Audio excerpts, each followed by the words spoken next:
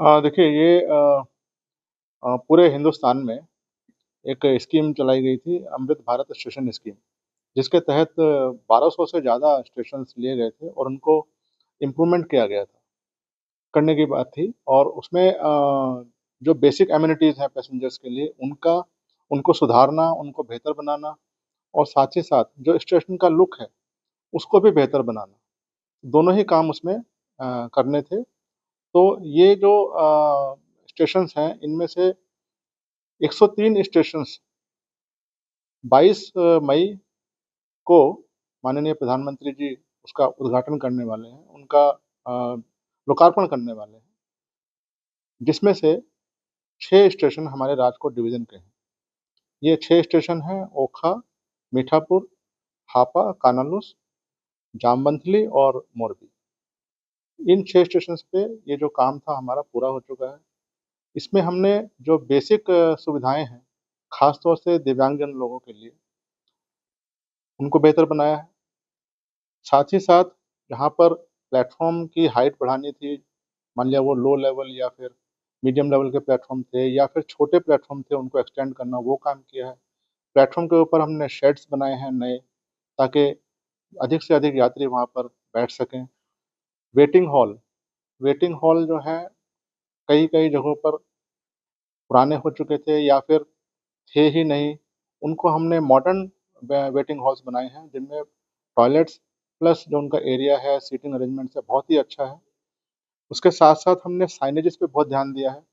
Passenger आए और फिर उसको कहीं पे भी भटकने की ज़रूरत ना हो, वो भटक ना सके। उसको जहाँ पे भी जाना है, मान लिया टॉयलेट पे जाना है, वेटिंग रूम पे जाना है, वो आराम से या फिर रेस्टोरेंट पे जाना है, वो आराम से वहाँ पे जा सके। इसके साथ-साथ हमने अलग से भी टॉयलेट ब्लॉक्स बनाए हैं, जिसमें जो बहुत ही मॉडर्न टाइप के हैं। ये हर एक प्लेटफ़ॉर्म पे आपको मिलेंगे। इसके साथ-साथ हमने जो स्टेशन पे बहुत इम्पोर्टेंट पार्ट होता है सर्कुलेटिंग एरिया का, जहाँ पे आपके व्हीकल मूवमेंट चलता है। तो वहाँ पे मेन चीज़ क्या होती है कि एंट्री और एग्ज़िट नॉर्मली एक ही रास्ते से रहता है, एक ही जगह से रहता है। हमने इन स्टेशंस पे ये कोशिश करी है कि एंट्री को अलग किया जाए और एग्ज़िट को अलग किया जाए, ताकि जो आने और जाने वाले पैसेंजर्स हैं, उनको कोई आपस में कॉन्फ्लिक्ट ना हो। जैसे आप ओखा में आप देखें तो हमने एंट्री और एग्ज़िट अलग-अलग रखा है। ऐसे ही दूसरे स्टेशंस पे भी ये कोशिश की गई है। इसके साथ-साथ पार्किंग, पार्किंग एक बहुत बड़ा हिस्सा है स्टेशन के ऊपर, जहाँ पे तरीके से अपने लोग व्हीकल्स खड़े कर सकें। ऐसा ना हो कि कहीं पे भी आके लोग व्हीकल खड़े करने की उनको आवश्यकता पड़ रही है। इसके साथ-साथ जो हमने फ़साड पे काम किया है, वो बहुत ज़बरदस्त काम किया है। हर एक स्टेशन पे जो लुक उसको दिया गया है, क्योंकि स्टेशन क्या है, हमारे पैसेंजर्स के लिए पहला फ़ेस जो है स्टेशन ही है। जब वो स्टेशन पे आता है तो उसका एक एक्सपीरियंस होता है, वहाँ वो बैठता है, अपना समय बिताता है, कुछ खाता-पीता भी है और अपने जो फैमिली मेंबर्स आए हैं उनके साथ कुछ या फिर दूसरे पैसेंजर्स के साथ भी कुछ समय बिताता है। तो उसका जो ये जो एक्सपीरियंस है, ये उसका बेहतर बनाने के लिए हम लोगों ने इस पे काम किया है।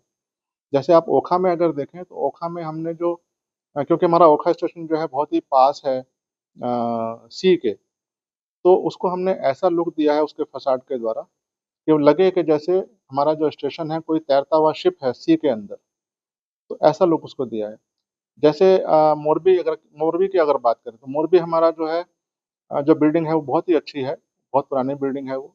उसको हमने हेरिटेज लुक करके सामने पार्किंग एरिया, सर्कुलेटिंग एरिया ये सब डेवलप किया और एक बहुत सुंदर पार्क उसको बनाया है। साथ ही साथ अगर नाइट में जो पैसेंजर्स आते हैं, उनके लिए नाइट एक्सपीरियंस वहाँ पे जो नाइट में जो लाइट्स की फैसिलिटीज़ दी गई हैं वो बहुत अच्छी दी गई हैं। सारा स्टेशन इस समय जगमगाता रहता है और आपको कहीं पे भी कोई ऐसा एरिया नहीं मिलेगा जहाँ पे लाइट्स की कमी हो। तो ये सब काम हमने अपने स्टेशंस पे किए हैं। इन 6 स्टेशनों पे ये काम पूरे हो चुके हैं और माननीय प्रधानमंत्री जी द्वारा 22 मई को इनका सबका लोकार्पण किया जाएगा।